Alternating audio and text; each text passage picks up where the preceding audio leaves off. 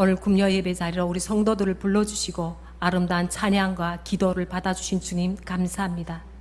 어쩌면 나 자신보다도 나를 너무 잘 아시는 주님, 이렇게 부족한 정을 이 자리에 세워주셨사오니 오늘 주의 말씀이 이 입술로 대언될 때 크신 하나님이 역사하여 주시옵고 부족한 자를 통하여서도 일하시는 하나님의 그 크신만을 나타나게 하여 주시옵소서. 감사하며 우리 주 예수님의 이름으로 기도드리옵나이다. 아멘. 할렐루야.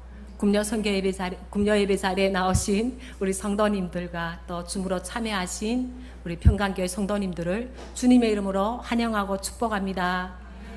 너무 무더운 여름 우리 성도님들 어떻게 지내고 계시나요? 그러나 폭염 속에서도 우리 주님이 강건하게 지켜주시는 줄 믿습니다. 무더운 여름의 숨가쁜 일상 속에서 마치 잔치 중간에 포도주가 떨어진 것처럼 기쁨이 사라지고 마음이 메말라버린 순간들은 없지 않으셨습니까? 있었습니까? 있었죠.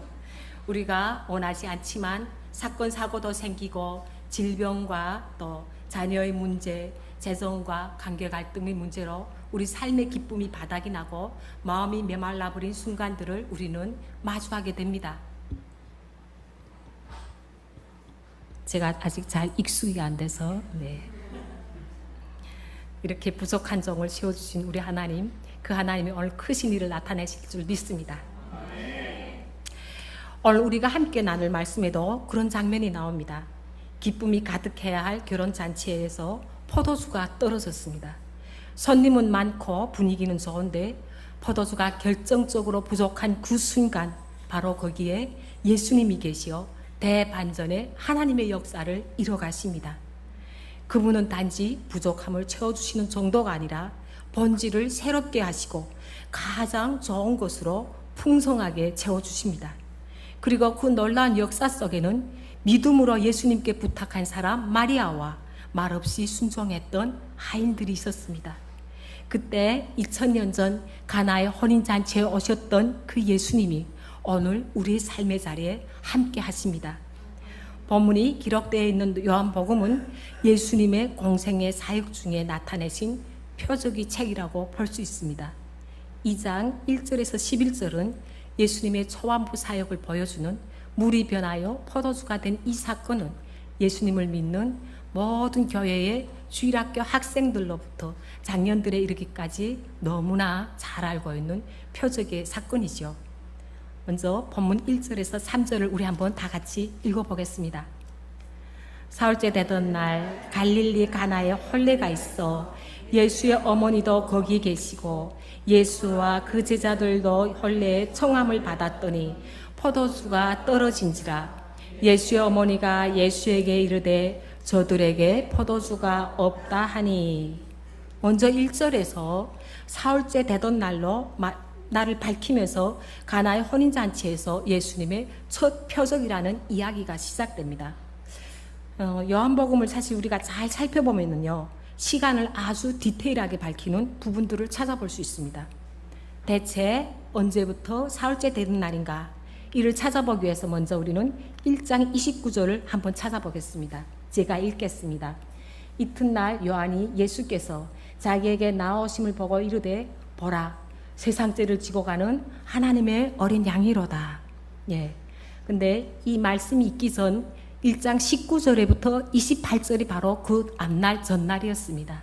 그날 세례 요한이 베다니에 있을 때 유대인들이 예루살렘에서 제사장과 레위인들을 세례 요한에게 보내서 그의 정체성을 알게 합니다. 그때 세례 요한이 자기의 정체성을 말하고 내 뒤에서 오시는 이는 나보다 더 크신 분이라고 예수님에 대해서 증언하는 부분이 있습니다. 그 부분이 바로 이 말씀의 전날에 있은 사건입니다. 또 우리 35절을 찾아보겠습니다. 제가 읽겠습니다. 또 이튿날 요한이 자기 제자 중 두 사람과 함께 섰다가, 바로 이제 말씀드린 그 이튿날 다음 날이란 뜻입니다. 이날 세례 요한이 두 제자 중 한 사람은 베드로의 형제 안드레입니다. 이들과 함께 예수님을 만나는 날이 바로 하루가 갑니다. 또 43절에 이튿날 예수께서 갈릴리로 나가려 하시다가 빌립을 만나 이르시되 나를 따르라 하시니라. 바로 그 다음 날이죠. 이렇게 하루하루 또 하루 시간에 대해서 역사적인 기록을 요한은 특별하게 하고 있습니다. 이렇게 시작한 첫날에 이튿날이 3번 지나고 그 다음에 사흘째 되는 날이 시작됩니다. 이 날을 합치면 7이라는 완전수를 얻게 됩니다. 숫자 7의 의미를 요한이 가나의 혼인잔치에 표현한 목적은 하나님의 창조의 날의 숫자로 물이 포도주로 바뀌는 이 표적은 단순히 예수님의 기적만이 아니라 예수님이 새 창조주의 주인이심을 드러낼 수 있는 사건임을 시작에서부터 보여줍니다. 본문 1절에서 2절 말씀에서 예수님과 그 제자들이 예수님의 어머니 마리아와 함께 갈릴리 가나의 혼인잔치에 청함받으신 부분이 기록되어 있습니다. 가나는 어떤 동네일까요? 갈릴리 가나는 나사렛에서 북동쪽으로 6 내지 8km 떨어져 있는 아주 작은 시골입니다. 이 작은 동네에 오늘 새 창조의 주인이신 예수님의 첫 표적이 시작되는 영광의 땅으로 기록됩니다. 갈릴리 조용한 마을 가나의 젊은 남녀가 부부가 되는 날로서 온 마을이 함께 기뻐하며 축제하는 날이었을 것입니다. 유대 잔치는 사실 우리 한국식과 다른 7일 동안 평균 한다고 합니다. 이렇게 여러 날을 축제로 즐기는 중동 지역 잔치의 관습으로 많은 양의 음식과 포도주가 필요하지요. 또 아마도 이것이 그 중동 잔치 문화에서 돈이 가장 많이 드는 부분이라고도 한답니다. 그렇게 초대받아서 제자들과 갈릴리 가시는 예수님이 누구이신지를 아직 세상은 알지 못하지만 그분이 걸음을 옮기시는 그곳에는 무언가 특별한 일이 일어날 준비가 되어 있었습니다. 즐거운 마음으로 잔치집에 갔는데 그만 포도주가 떨어지는 상황을 맞이하게 됩니다. 3절 말씀입니다. 포도주가 떨어진지라 예수의 어머니가 예수에게 이르되 저들에게 포도주가 없다 하니. 여러분 한번 상상해 보십시오. 우리가 결혼식 할 때도 생각해 보십시오. 우리 하객들로부터 손님들로부터 얼마나 축복을 받고 부모님들로부터 축복을 받는 그 기쁜 시간입니까? 새신랑과 신부는 수줍은 미소를 머금고 손님들의 축복을 받았을 것이며 사람들은 웃고 노래하며 잔을 높이 들고 기쁨을 나눴을 것입니다. 그런데 어느 순간부터 부엌이 술렁이기 시작합니다. 포도주가 떨어졌어요. 이렇게 말하는 하인의 말을 들은 주인은 얼마나 당황했겠습니까? 주인의 얼굴은 굳어졌을 것이고 너무 놀랐을 것입니다. 2년 전 저는 교회에서 식사 봉사를 하던 중이었어요. 우리 김영애 집사님이 그때 구역장이었던 실장이셨는데요. 반찬을 아주 맛있게 했어요. 계란 반찬을 했는데 성도님들이 절반도 안 오셨는데 반찬이 뚝 떨어졌습니다. 저는 배식구 앞에 있다가 너무 당황해서 화장실로 숨어버렸습니다. 하물며 잔치집에 포도주가 떨어졌을 때 주인의 심정은 어떠했을까요? 유대잔치 문화에서 손님을 잘 대접하는 것은 큰 미덕이자 신랑 가문의 책임이었고 특별히 포도주가 떨어지는 일은 매우 큰 신뢰요 수치로 여겨졌습니다. 눈빛은 굽해졌고 발걸음은 안절부절 못했을 것입니다. 그런데 2000년 전 가나 그 마을에 마트는 없었을 것이고 또 돈도 없었을 것입니다.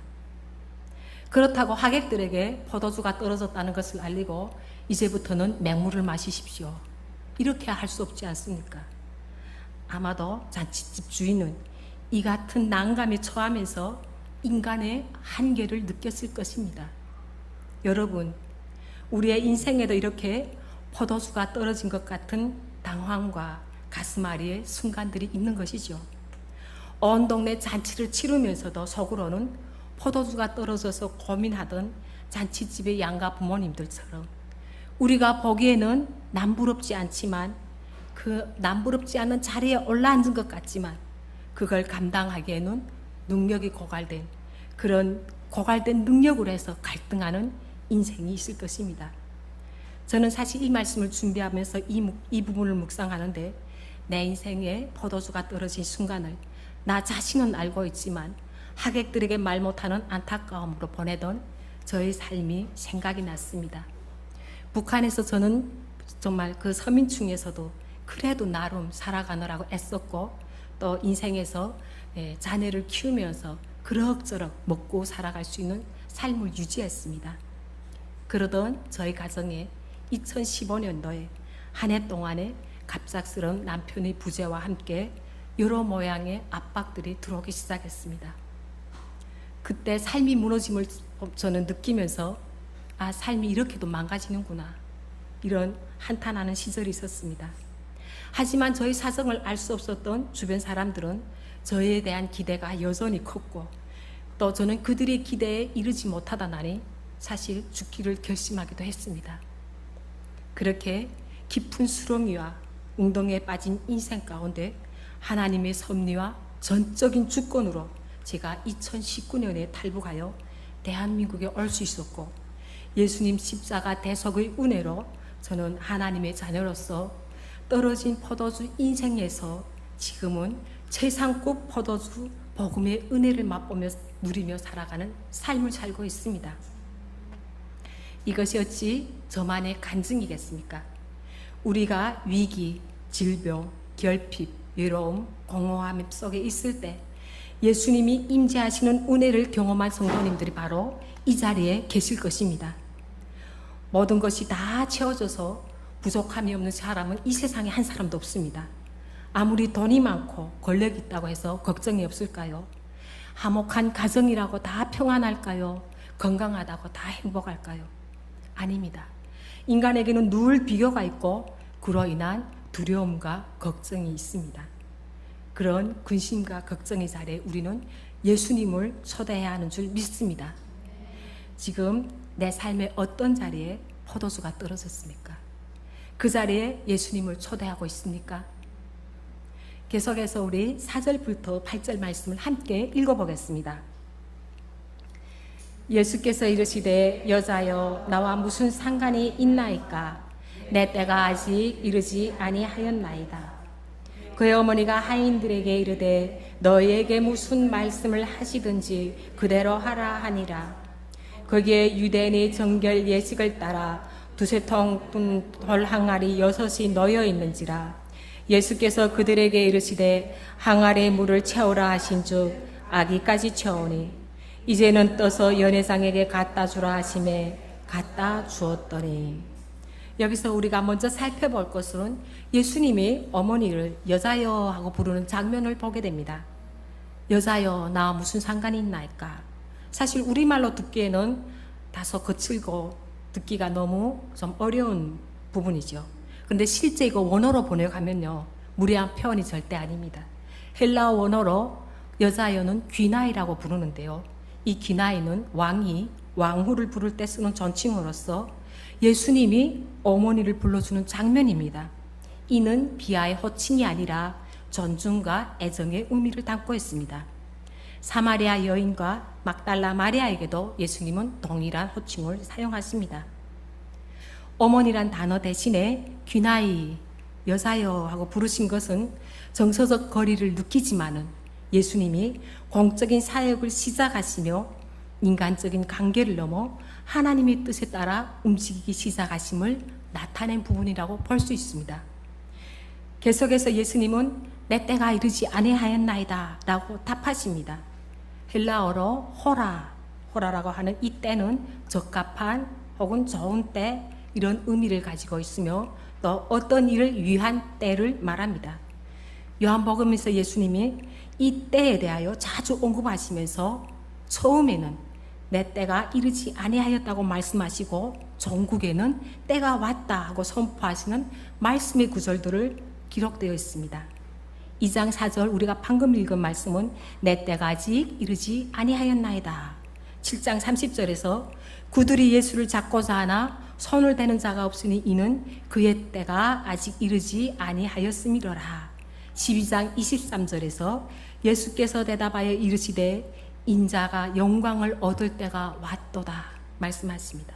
바로 이 때가 십자가 지시기 직전에 내 때가 왔다고 말씀하시는 장면입니다. 우리는 예수님이 말씀하시는 때를 찾아보며 자신이 누구이신지를 세상에 드러내는 그 결정적인 구속사의 시간을 말씀하시는 것을 알 수 있습니다. 예수님의 첫 기적이 인간적인 요구나 감정이 아니라 하나님의 때에 따라 행해진다는 것을 통해서 우리에게도 하나님은 우리의 필요를 알고 계시지만 그의 때에 가장 선한, 가장 완전한 방식으로 응답하시는 분이시라는 것을 저와 여러분은 믿어야 합니다. 5절에서 마리아는 하인들에게 너희들에게 무슨 말씀을 하시든지 그대로 하라고 하니라 라는 맥락을 통해서 사실 우리 다소 의문이 들 수도 있습니다. 분명 예수님은 4절에서 내 때가 아니라고 거절하셨습니다. No 라고 하셨습니다. 그런데 마리아는 마치 또 예수님께서 응답을 받으신 것처럼 Yes 이렇게 행동하고 있습니다. 성령으로 잉태하사 하나님의 아들이심을 누구보다도 잘 알고 있는 예수의 어머니 마리아. 지금은 예수님께서 어떤 방법으로 일을 행하실지는 전혀 알 수 없습니다. 하지만 마리아는 예수님의 거절에 흔들리지 않고 오히려 응답받을 준비를 하인들에게 시키고 있습니다. 성경에서 보면 예수님이 처음에는 거절하시는 부분, no라고 거절하시는 부분을 나중에는 yes라고 응답하시며 허락하신 그런 예수님의 활동들을 우리가 찾아볼 수 있습니다. 마가복음 7장 24절에서 30절의 말씀에서 예수님이 수로보니게 출신 여인의 이방인 여인이죠. 그 귀신 들린 딸을 고쳐달라고 간청하던 그 여인에게 예수님이 너무도 냉정하게 컷하십니다. 나는 유대인을 위하여 부르심을 받았다고 완전히 예수님이 이때는 냉정하게 컷하십니다. 그러나 그녀는 정말 겸손하고 포기하지 않는 믿음으로 예수님께 간청드립니다. 그때 예수님이 어떻게 말씀하셨어요? 내 믿음이 크도다.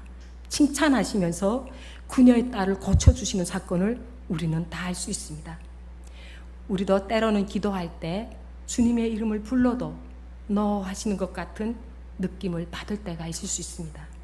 주님이 관심이 없으신 것 같아 기도를 포기하고 낙심하지는 않고 계십니까? 끝까지 매달리는 배심을 키우십시오. 우리가 주님의 너에 포기하지 않았을 때 하나님이 바로 우리를 위해서 일하십니다. 끝까지 매달리는 사람, 예수하며 순종하는 사람, 그 순종을 기다리는 사람에게 주님의 너가 더 크신 하나님의 예수로 응답되어지는 줄 믿습니다. 다시 본문으로 돌아가서 5절에서 어머니가 하인들에게 너희에게 무슨 말을 하든지 그대로 하라고 하십니다. 이 말씀은 단순한 요청을 넘어서 신학적으로 매우 깊은 순종의 의미를 담고 있습니다.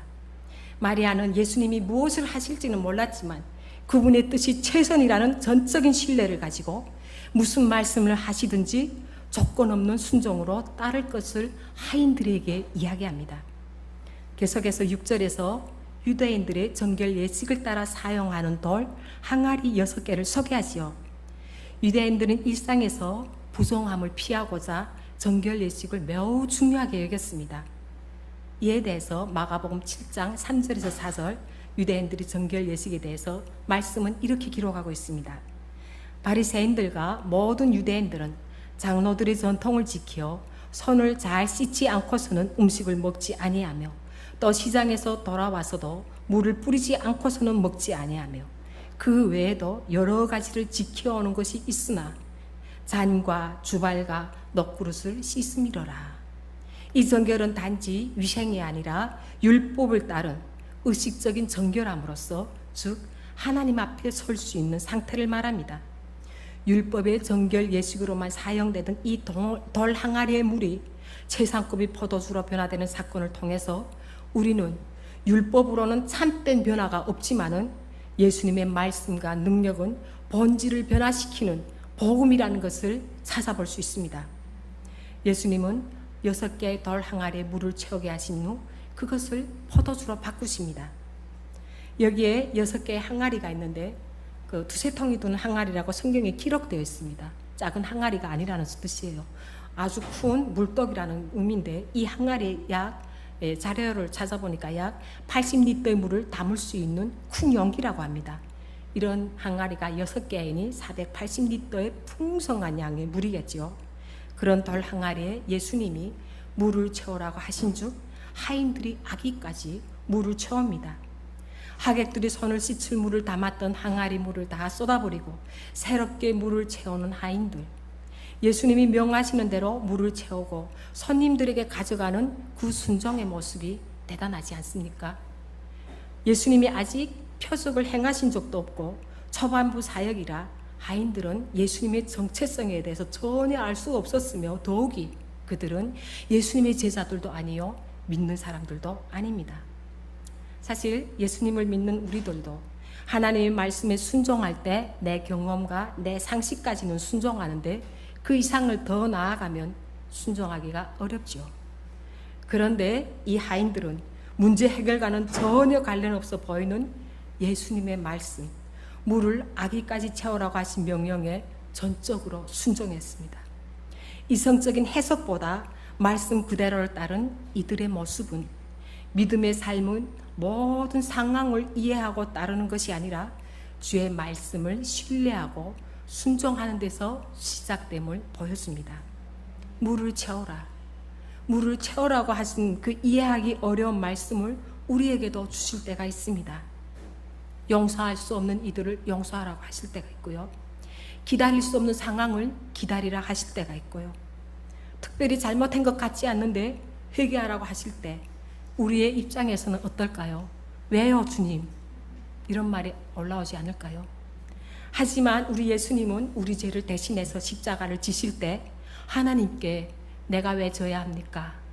묻지 않으시고 그 십자가를 묵묵히 감당하시 최고의 순종을 보여주신 우리에게 보여주신 선구자이십니다. 저는 사실 주중에 우리 선교에서 진행되는 신학생 수련회에 참여하게 되었습니다. 건강도 안 좋았고 많이 지쳐서 사실 하루 빠지려고 우리 유선교사님께 말씀드렸습니다. 그런데 무조건 참여해야 된다고 선교사님이 말씀하셔서 저는 순종하고 참여했는데 첫날 밤 많이 앓고 컨디션도 안 좋다 보니 저는 첫날 이튿날 말씀의 은혜를 전혀 받지 못하고 있었습니다. 안타까워서 하나님께 기도했습니다. 하나님, 제가 이렇게 어리석습니까? 왜 말씀이 들리지 않습니까? 제가 너무 아파서 말씀이 안 들립니까, 주님? 다른 사람들은 말씀의 은혜를 받아서 저렇게 감동의 눈물을 흘리는데 저의 마음은 왜 이렇게 메말릅니까? 너무 안타깝게 기도했습니다. 그런데요, 하나님께서 마지막 시간에 분명하게 하나님이 계획하심 속에 제가 순종했고 갔기 때문에 당신이 예비한 은혜를 넘치도록 저에게 부어주셨습니다. 하나님과의 친밀함이 신앙의 최고봉이라고 강사 목사님을 통해서 저에게 말씀해 주셨고 저의 막혔던 심령을 뚫어주시면서 나는 과연 하나님과 친밀했던가? 내가 하나님을 얼마나 알고 있었던가? 내가 하나님을 안다는 것이 얼굴과 얼굴을 마주해서 아는 것인가? 하나님이 나를 얼마나 알까? 이렇게 생각하면서 많은 은혜를 받고 돌아왔습니다. 저는 안 가려고 하루라도 빠지려고 했지만은 순종할 때 예비하신 하나님의 은혜를 저는 맛보았습니다. 순종은 기적을 일으키고 무에서 유를 창조하시는 하나님의 역사를 우리가 체험한다는 것을 알 수 있습니다. 우리가 체험한 모든 기적은 누군가의 작은 기도로 시작하며 말씀대로 순종한 노고의 시작입니다. 우리 마지막으로 본문 9절과 11절을 다 같이 한번 읽어보겠습니다. 연회장은 물로 된 포도주를 맛보고도 어디서 났는지 알지 못하되 물떠온 하인들은 알더라. 연회장이 신랑을 불러 말하되 사람마다 먼저 좋은 포도주를 내고 취한 후에 낮은 것을 내거늘 그대는 지금까지 좋은 포도주를 두었도다 하니라. 예수께서 이 첫 표적을 갈릴리 가나에서 행하여 그의 영광을 나타내심에 제자들이 그를 믿으니라. 방금 전까지 물이었습니다. 근데 그 방금 전까지 물이었는데 그 물이 포도주가 된다는 것은 상상하기 어려운 일이고 말로 간단하게 사실 짚고 넘어갈 수 없는 문제입니다. 물은 생명이 유지되는데 가장 필요한 기본적이고 일상적인 것입니다. 그러나 예수님은 그것을 포도주로 기쁨과 축제의 상징으로 더 나아가 하나님 나라의 풍성함을 상징하는 것으로 바꿔주셨습니다. 이는 단순한 상태의 변화가 아니라 본질의 변화입니다. 그냥 물인 H2O가 와인이 되려면 인간의 능력으로는 능력이 너무도 많은 시간이 필요합니다. 포도주를 만들려면 먼저 포도나무를 심어야 하고 몇 년 후에 포도 열매를 수확해야 하고 수확하는 시기도 매우 중요하다고 합니다. 또한 좋은 포도주는 포도의 품질에 있다고 합니다. 기후, 토양, 품종에 따라서 그 맛과 향기가 달라진다고 하죠. 수확된 포도는 지금은 기계로 압축하지만 고대 시절에는 이렇게 발로 밟아서 부스러뜨리고 즙을 냈다고 합니다.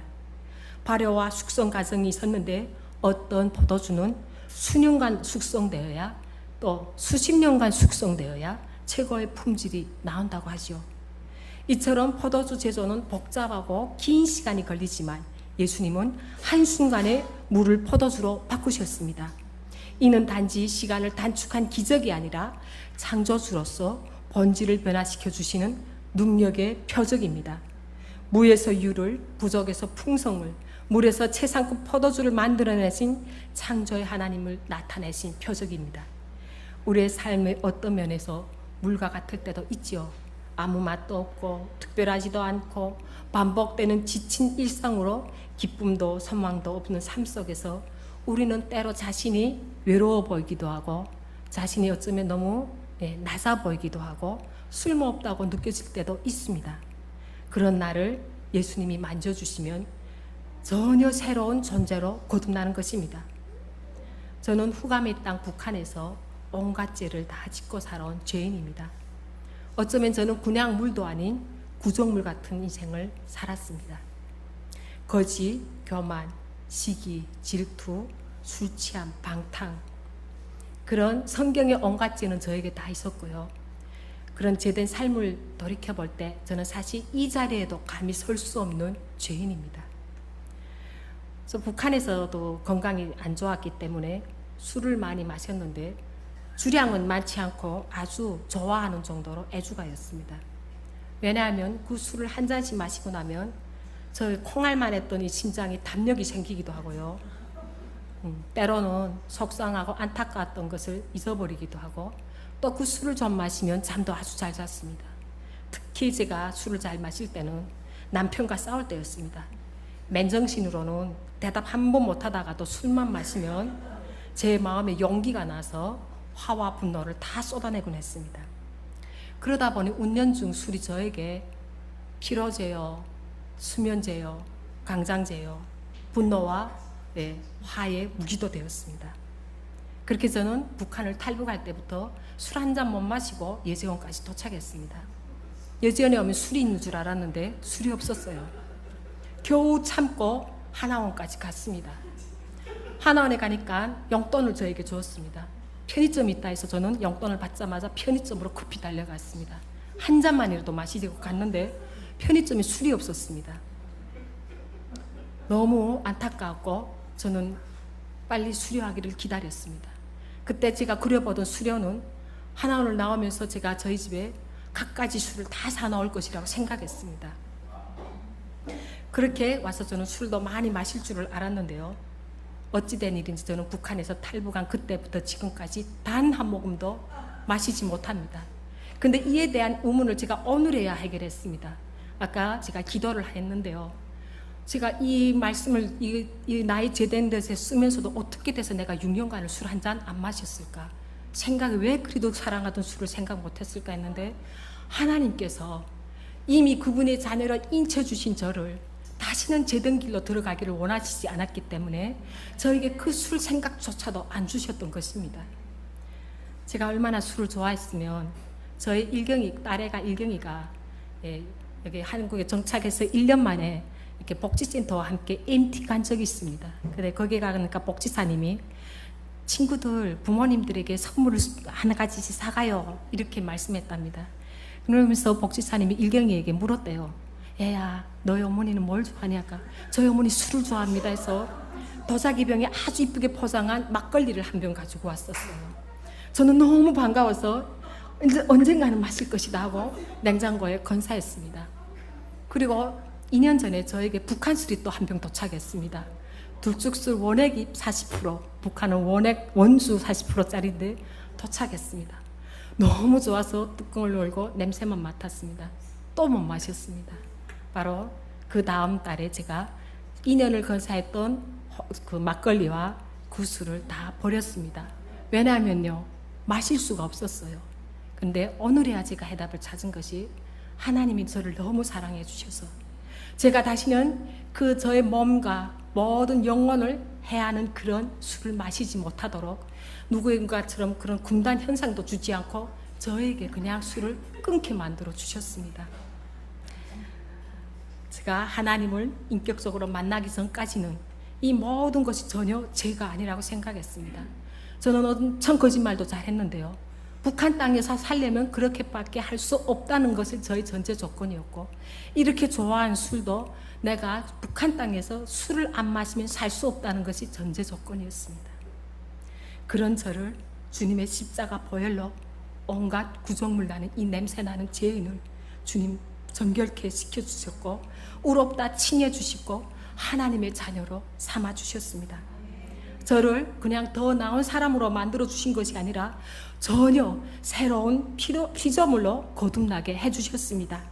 누구든지 그리스도 안에 있으면 새로운 피조물이라, 이전 것이 지나갔으니 보라 새 것이 되었도다. 아멘. 우리의 인생이 예수님이 만져주심으로 완전히 새로워진다는 것은 질 낮은 포도주를 계량해서 질 좋은 포도주로 만들었다는 것으로 표현할 수 없지요. 비길 수가 없습니다. 나의 정체성을 완전히 변화시켜 주신 예수님은 내 삶의 본질을 바꿔 주시는 영생의 주인이십니다. 이 표적은 단순한 기적이 아니라 예수님의 영광을 드러내는 사건입니다.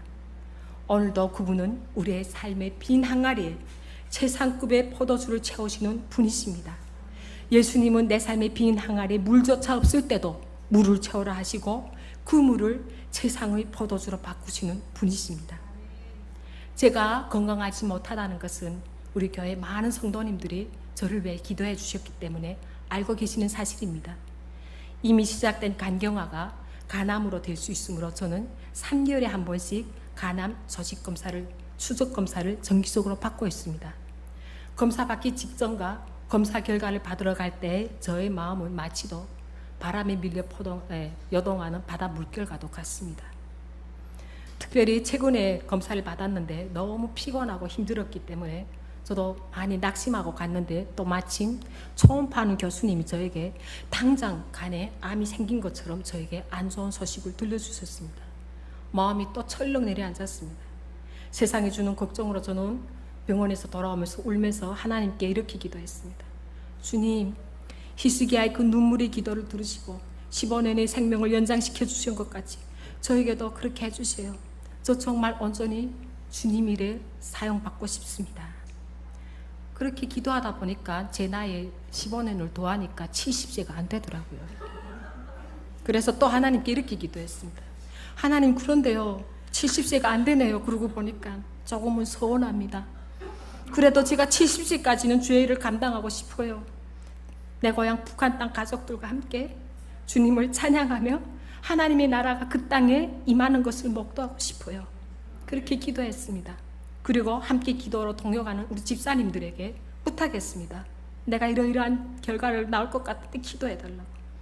저는 기말고사나 중간고사 볼 때도, 심지어 간증의 기회가 있을 때도 셀 집사님들과 여러 동역하는 집사님들에게 기도 부탁을 드립니다. 그때마다 하나님은 놀랍게 일하십니다. 그런데 이번에도 또 놀랍게 하나님은 초음파 기계가 정한 수치에도 관계없이 하나님의 방법으로 아주 좋은 결과를 저에게 주셨습니다. 저는 또 기적을 맛보았습니다. 마치 잔치집 주인같이 늘 당황함에 있던 저에게 주님은 매일매일이 최상급의 포도주를 맛보는 인생으로 주님의 일하심을 이 입술로 고백하게 하고 주님의 영광을 드러내게 하십니다.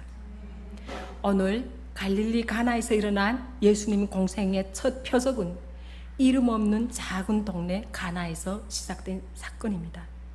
하나님의 영광은 작고 평범한 곳에서 임하며 예수님의 사역은 낮고 천한 자리에서부터 시작되었음에 신학적 의미를 담고 있죠. 다음으로 혼인잔치는 단순한 사건이 아니라 예수 그리스도를 통해서 종말론적 예수 그리스도를 통해 시작된 종말론적인 구원이며 앞으로 도래할 하나님 나라 잔치의 예표가 되는 것입니다. 한편 예수님의 표적과 영광을 나타냈지만은 모든 사람이 믿음으로 반응한 것은 아닙니다.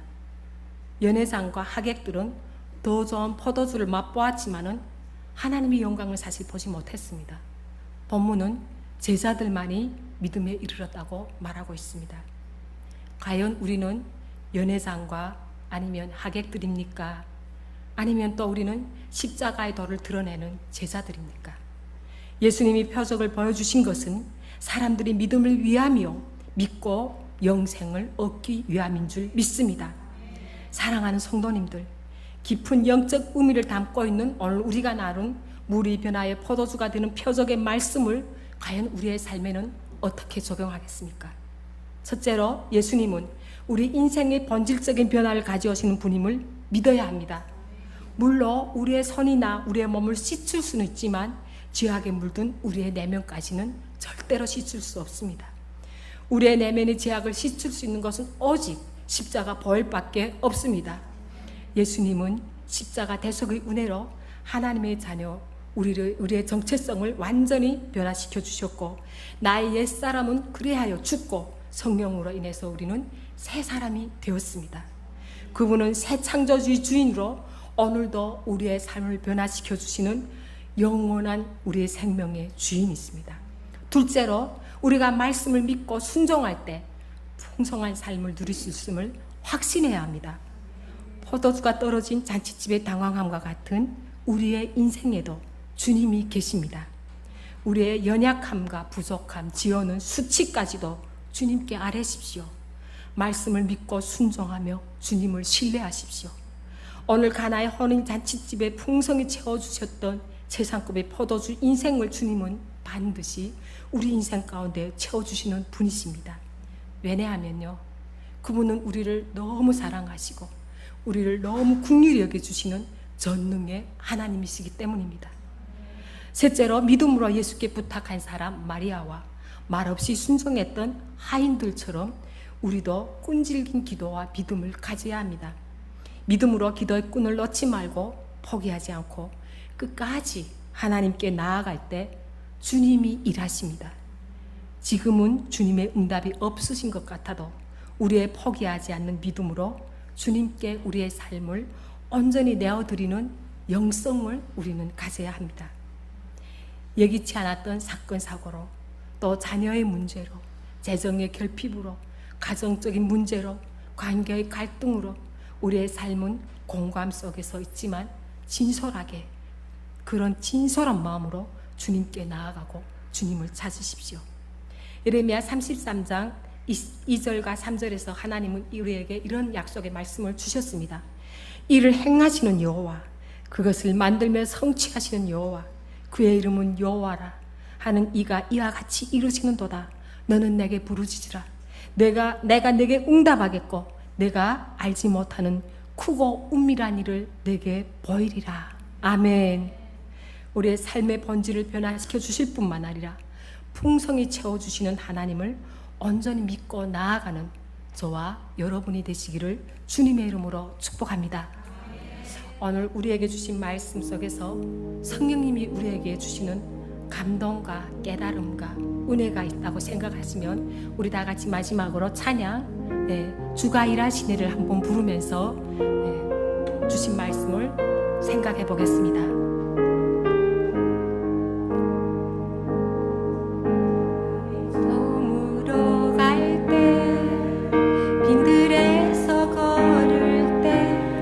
때가 하나님의 때, 내 힘으로 안 될 때, 내 힘으로 안 될 때, 내 힘으로 도를 때, 내가 고백해 여호와 이래. 주가 일하시네, 주가 일하시네, 주가 일하시네. 주께 아끼지 않는 자에게 주가 일하시네, 일하시네. 주가 일하시네. 신뢰하며 걷는 자에게, 다시 주가 일하시네. 다시 한번 반복합시다. 주가 일하시네. 주가 일하시네. 주께 아끼지 않는 자에게 주가 일하시네. 주가 일하시네. 신뢰하며 걷는 자에게 이 시간 오늘 우리 주신 말씀을 붙잡고 기도하는 시간을 가졌으면 좋겠습니다. 오늘 우리에게 주님이 주신 말씀을 붙잡고 기도하실 때 우리 각자에게 임하신 성령의 감동과 깨달음이 있을 것입니다. 주님과 진솔하게 대하는 시간으로 우리 나아갑시다. 십자가 복음의 은혜가 어느 사이에 우리에게 메말라 버렸다면 과연 우리가 그 잔치집의 연회장과 하객 같은 삶을 살고 있지 않는가 돌이켜 보십시오. 그리고 주님 앞에 솔직히 돌이켜보며 다시 복음 앞에 세워지는 제자의 삶을 해달라고 기도합시다. 날이 저물어가 같은 우리의 인생, 빈들에서 걸어간 것 같은 우리의 10년 가운데서도 주님의 때를 기다리며 이를 행하시는 주님을 신뢰하는 깊이 있는 기도를 과연 이 시간 우리 한번 함께 주님께 드려봅시다. 기도할 때 우리 다 같이 주님 이름 한번 크게 부르짖으며 우리의 모든 삶을, 우리의 모든 빈곤함을, 우리의 모든 연약함을 주님께 온전히 드릴 때 그분의 일하심을 우리가 기대하며 주님을 믿으며 신뢰하며 이 시간 주님 이름 한번 크게 부르짖고 기도하며 나가겠습니다. 주여